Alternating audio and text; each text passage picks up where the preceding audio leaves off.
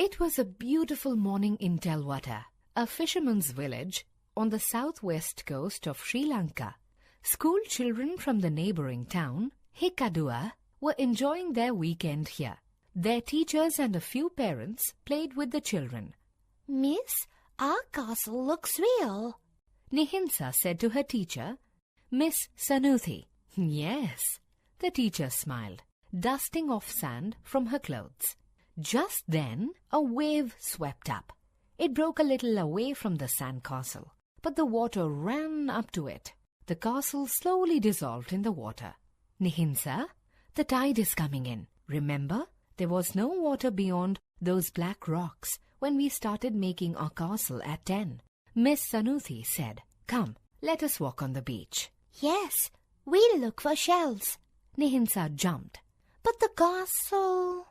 We can make one again in the evening, a little away from the water, said Miss Sanuthi, smiling. Nihinsa skipped a little ahead of her teacher. Flip, flap, flip. They both heard a strange sound. It is coming from behind those tall, crooked rocks. Come, let's look, the teacher said, hurrying.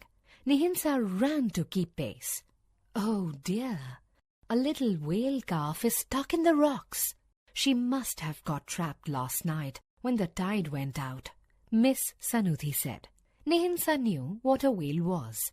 This calf was as big as an elephant. The sun shone on its body. We must save her, the teacher said, as she ran to wet her shawl in the sea. Get help! Nihinsa ran down the beach, waving her red scarf, shouting, A baby whale is trapped in the rocks! Help! The teachers gathered the children and rushed to the spot. The parents, drivers and bus conductors joined in too. A teacher shouted, Use anything that holds water. Pour water over the whale. Wet your scarves, shirts and jackets and place them on the whale. The children fetched mugs, buckets, spare tires, bed sheets, anything they could find in the bus. They ran to the sea, filled them with water.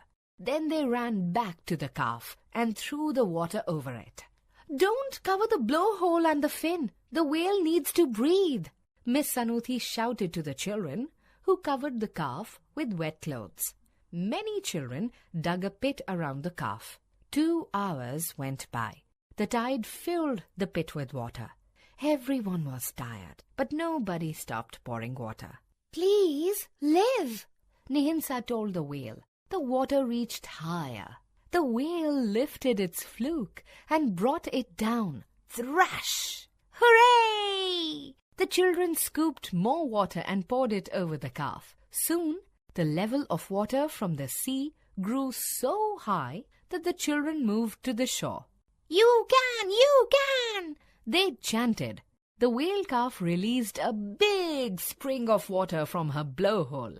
She will live, Miss Sanuthi said. The children cheered.